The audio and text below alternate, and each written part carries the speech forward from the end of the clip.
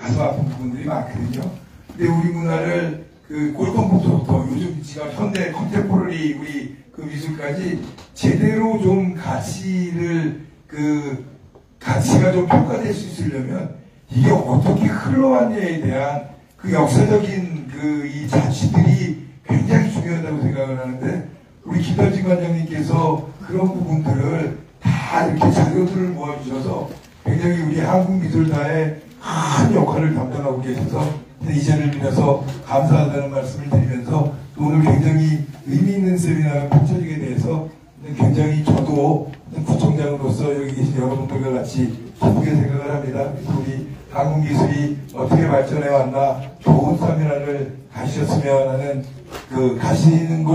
가시셨으면 하는 바람이고 또 분명히 의미 있는 세미나가 돼서 여기 모여 계신 각 개개인들한테 나름의 감동으로 전달이 되지 않을까 기대하고 있습니다. 그래서 이렇게 좋은 세미나 오늘 참석해 주셔서 감사드리고요. 또 오늘 여기는 또 우리 청년 이상권 선생님 가옥이니만큼 또 나름 의미가 있다고 생각을 합니다. 그래서 누가 뭐라 그래도 우리 종로가 대한민국 문화에 있어서는 우리가 여기가 심장이니만큼 우리 청년 이상권 선생 가옥에서 의미 있는 세미나가 열리게 된 것을 다시 한번 축하드리고요. 좋은 시간 가지시기를 기원드리겠습니다. 오늘 날씨도 너무 좋고요. 아까 제가 마지막에 들어왔는데 차 가시는데 너무 좋으셨던 것 같아요. 네, 좋은 세미나 되시고 좋은 시간 가지십시오. 네, 고맙습니다. 감사합니다. 오늘 많은 귀한 분들이 찾아주셨는데 지금 의정 활동 중으로 많이 바쁘신 와중에도 이 자리에 함께해 주신 이용주 위원님 짧게 인사 박수 부탁드리겠습니다. 행복한 시간 함께해서 감사합니다. 이 정말 좋은 공간에서 우리 창을 하고 같이 취임새를 하니까 뭔가 짧은 시간이지만 하나가 된 느낌이고요. 행복한 시간이 되었습니다. 감사합니다. 고맙습니다.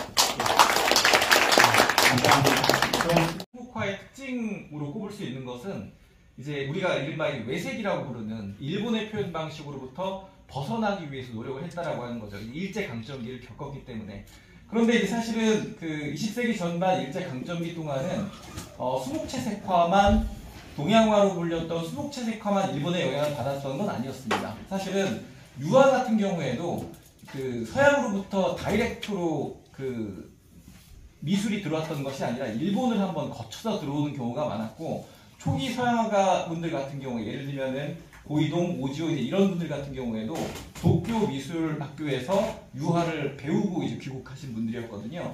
그러니까 이제 이게 사실은 유화긴 하지만 그건 역시 일단 추구했던 것은 유화와 같은 그런 표현 방식과 질감을 추구했다. 그렇게 말씀드릴 수가 있습니다. 그래서 이제 사실은 재료 자체가 다른데 그런 서구의 표현 방식을 접목한다라고 하는 것도 그렇게 말처럼 쉬운 일은 아니거든요. 근데 이제 그런 것을 굉장히 독창적이고 또 성공적으로 했다는 점에서 의미가 있다고 말씀드릴 수 있을 것 같습니다. 그리고 청경자백 같은 경우에는 잘 알고 계시는 것처럼 개인사가 굉장히 불우하기도 하고 복잡다단했던 인물이기도 하고 그거에 대해서 본인이 굉장히 많은 글을 남기시기도 했습니다. 그래서 본인이 이제 이런 이야기를 하신 바 있습니다. 내 온몸 구석구석에 거부할 수 없는 숙명적인 여인의 한이 서려있나 봅니다.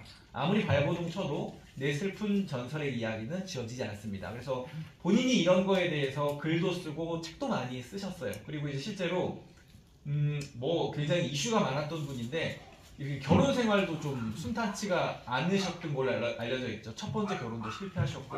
그래서 이제 사실은 그림들이 그런 다른 어떤 화가들보다도 개인의 자전적인 이야기를 담고 있는 경우가 많고 지금 앞에 보고 계시는 1959년작인 전설이라고 하는 그림 같은 경우에도 그런 자전적인 경향이 반영된 그림으로 풀이가 됩니다.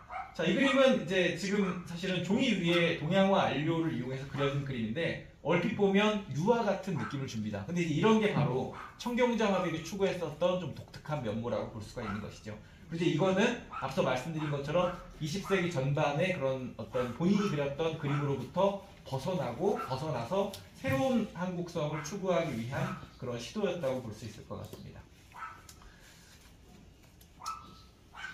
자, 이제 그림을 보시면 일단 이렇게 그 나뭇잎이 깔려 있는 동그란 공간에 두 남녀가 있습니다.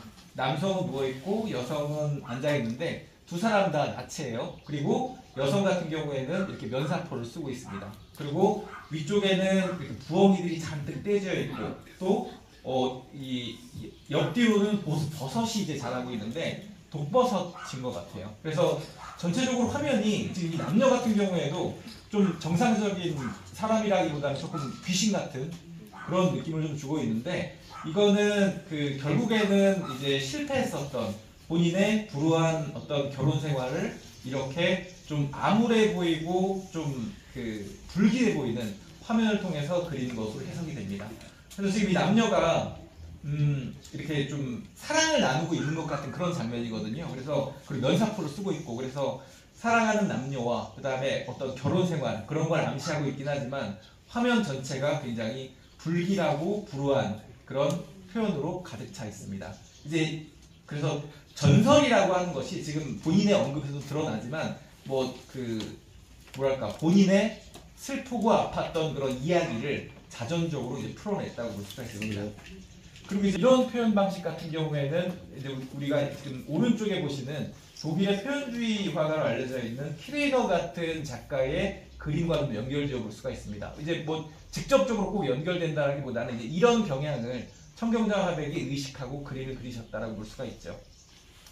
그래서 이제 역시 이 베를린의 거리 풍경이라고 하는 키레이너라고 하는 작가의 그림을 보면 뭐 알아볼 수는 있습니다. 그렇지만은 약간 귀신처럼 날카롭게 왜곡이 되어 있는 인물들의 모습, 또 약간 뭐 그 막 빗질한 것처럼 채색이 되어 있는 면모, 이제 이런 강렬한 표현들을 좀 볼 수 있는데 이런 면모를 그러니까 어떤 사실성보다는 좀 대상을 알아볼 수 있지만 주관성을 반영한다라고 하는 측면에서 화면을 많이 변형했었던 이런 요소를 수묵채색화로 좀 옮기셨다고 볼 수가 있는 거죠. 있고 이런 좀 새로운 경향을 받아들여서 좀 한국적이랄까 동양적으로 좀 재해석했다고 볼 수가 있는 거죠. 그것도 이제 약간 서예라고 하는 요소를 도입을 해서. 근데 이제 아무리 봐도 이제 이 글씨가 어쨌든 그래서 좀 독특한 표현 방식을 얻게 됐습니다. 근데 이 글씨가 이게 지금 아무리 봐도 목숨 숫자로 좀 보이지 않거든요. 변형을 좀 많이 가미한 건데 그리고 일단은 그 과거에 그 조선 시대의 민화, 그 다음에 이제 중국도 같은 성격의 민화와 유사한 연화라고 하는 그림을 가지고 있습니다. 그런 동아시아의 전통에는 문자도라고 하는 게 있습니다. 잘 알고 계시는 것처럼 왼쪽에 보시는 그림은 한국 거는 아니고 중국 청나라 시대 때의 그런 연화 문자도입니다. 목숨 숫자를 쓰고 목숨 숫자라고 하는 거는 이렇게 장수를 기원하는 그림이잖아요. 이 안에는 이제 수련을 통해서 오래 살고 죽지 않으면서 신통수를 부리는 신선들이 그려져 있습니다. 신선들을 목숨 숫자 안에 그려 넣음으로써 약간 기복성, 길상성을 좀 더 강조한 그림이죠. 어쨌든 이제 이런 어떤 문자도를 의식한 부분이 일단 기본적으로 있고요. 또 이 목숨 숫자를 쓸 때는 목숨 숫자를 그대로 쓰지 않고 요런 아래에 보시는 이제 이런 글자를 응용했습니다. 지금 아래 보시는 거는 목숨 숫자를 전서체로 쓴 글씨체입니다. 시작부터 조금 다른 일반적인 작가들과는 많이 달랐습니다. 이제 사실은 이제 동시기 작가들 같은 경우에도 초기 작품 같은 경우에는 좀 전통적인 성향을 많이 보여줬거든요. 근데 지금 앞에 보시는 그림은 권영우 화백의 58년작 초기작인데도 불구하고 굉장히 좀 독특합니다. 바닷가의 환상이라고 하는 제목을 가지고 있는 그림인데요. 이게 모래사장이에요. 모래사장이고 소라껍데기가 있는데 소라껍데기가 있고요. 그 다음에 여기에 배에 닷이 이렇게 있습니다. 그리고 그 위에 조그만 배가 올려져 있습니다. 그 다음에 뒤쪽에는 바다가 펼쳐져 있습니다. 굉장히 조금 알아볼 수는 있는데 기묘한 화면입니다. 이거 이제 권영우 화백이 이제 그 살바도르 달리